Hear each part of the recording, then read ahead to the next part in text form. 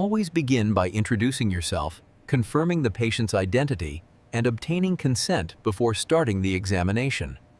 Ask the patient about their main problem or chief complaint and allow them to describe it in their own words.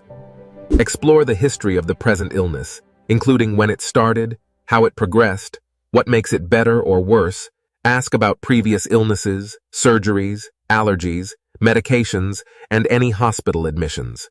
Physical examination follows 4 essential steps: inspection, palpation, percussion, and auscultation. Inspection is the first step of the physical examination. Without touching the patient, carefully observe their gentle indation.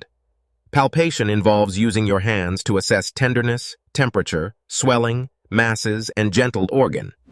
Percussion uses gentle tapping to assess the underlying organs and determine whether the tissue contains air, fluid, or solid structures. Auscultation is the process of listening to sounds produced by the body with a stethoscope.